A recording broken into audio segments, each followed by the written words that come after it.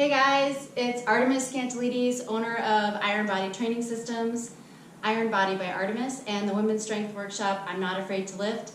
And today I just wanted to talk to you real quickly about barefoot training. On Friday, I posted a double kettlebell deadlift video and just wrote a little bit about barefoot training and why I barefoot train and the importance of barefoot training. And I think for those of you who do not, it's something that it's important to learn about, the importance of it. So as part of one of the hard style kettlebell training principles, I'm a Strong First team leader. We teach hard style kettlebell training. I have a Strong First kettlebell course coming up here in Las Vegas at Lifetime Athletic in Summerlin on September 23rd. So link is in Get Tickets in my bio if you want to join us. It's an awesome course, but one of the principles that we teach for hard style kettlebell training is barefoot training.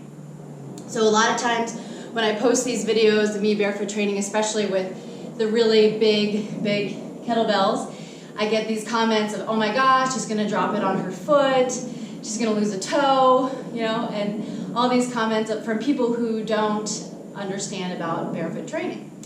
Now, there's really no shoe in existence that's going to save you from dropping a kettlebell on your foot.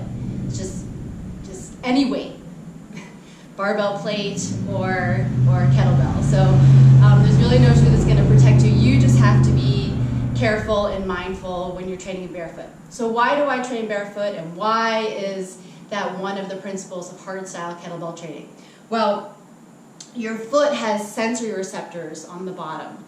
There's sensory receptors on the bottom of your foot, and what happens is when you train completely barefoot, which is my 100%, that is my preference, when I can, when the weather allows, when the environment allows, when I'm in my garage gym, and what that allows you to do is tap into those sensory receptors and grip the ground. And there's a whole chain of events that goes up your body that helps you to be more grounded and tune into really being more grounded and gripping the ground. So it affects your whole lift. I've had people come in and learn how to swing a kettlebell for the first time with me, and they come in with running sneakers on that have these cushiony soles, and you'll see the heel is elevated, right? So this is like you're wearing a high heel, and they'll come in and to swing a kettlebell, and they're learning how to swing a kettlebell, and their swing is all off, they don't feel grounded.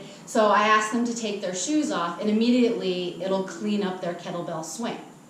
Now, when the weather gets a little bit colder, I will wear pedestal footwear socks, which have some grippies on the bottom. So it's not as ideal as being barefoot, but it helps to simulate being barefoot. It's very minimalist. If I need a little bit more coverage, maybe I'll wear some Vibram 5 fingers. These are my wushu, my kung fu shoes. I'll wear these. And I also have these Reebok shoes that are flat soled. So these are some options, especially if you're training in a commercial gym or if it's cold outside. These are some options that simulate. They're not exactly barefoot training, but they relate to minimalist shoe, right? So those could be some options for you. Now, if you're going to go for a run, yes, wear some running shoes. If you are going to go barefoot running in Vibrams, that's something you have to build up tolerance to. So when we were younger and we weren't wearing a lot of shoes, my mom was real big on being barefoot all the time in the backyard and running around. You know, we're used to that. But we get out of that as we get older, and also just in today's environment, it's very much a concrete jungle, so we're wearing shoes a lot. So if you're used to wearing shoes a lot, what happens is if you're not going barefoot, you lose that musculature that builds when you do train barefoot, or when you are barefoot a lot, that musculature in your feet, in your ankles, in your calves. So when you are barefoot, you build this musculature that helps to support your body, that helps to support your legs, that builds this stability and strength. So you lose that when you wear cushiony shoes all the time. So if you are used to wearing shoes all the time and then you start to barefoot train, what you might find is you might find that your feet get sore, your ankles get sore, your calves get sore. You find like these little muscles get really, really sore. It's actually pretty cool. So with that, if you're starting to barefoot train for the first time, what I recommend is this type of training, like swinging a kettlebell in a small studio setting, not going out for a run. Don't do that first. Build that musculature first just by doing more like stationary, static, non-impact type activity, weightlifting in your bare feet or minimalist shoe. And then if you are interested in barefoot running, that's something you don't want to be going like long distances doing marathons and Vibrams or anything like that. But that's something that you want to build over time, little by little. Maybe start on a treadmill and just start with 10 minutes of intervals, 1 minute on, 1 minute off. Let's start like a quarter mile at a time, really small bursts until you build up that musculature. Because what you'll find if you're like, oh, I want to go barefoot running, and you put your Vibrams on and you go running and you say you run a couple of miles, I mean your calves are going to be dead for like a week on out. So you have to, if you're not used to barefoot training, you want to start slow. Start with just some weightlifting first, and then maybe you can add a little bit of running on if that's something that you're interested in. But again, you want to do that in really small bursts, like maybe a quarter mile at a time. Start with a treadmill before you take it out to the pavement.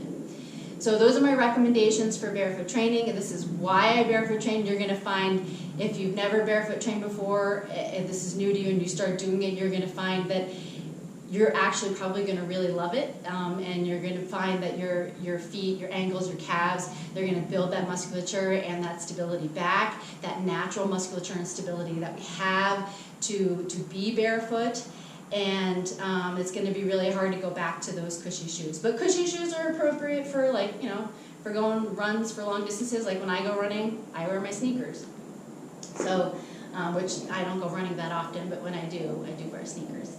So I hope that's really helpful. This is something that I talk a lot about at my Strong First Kettlebell course that I teach. I have one coming up again on September 23rd, Lifetime Athletic in Summerlin here in Las Vegas. I hope you'll sign up. I hope you'll join me and learn all about that, because it's a huge part of hardstyle kettlebell training. And I hope to see you there. You can sign up via the Get Tickets link in my bio and message me with any questions you have. And I'll see you all soon.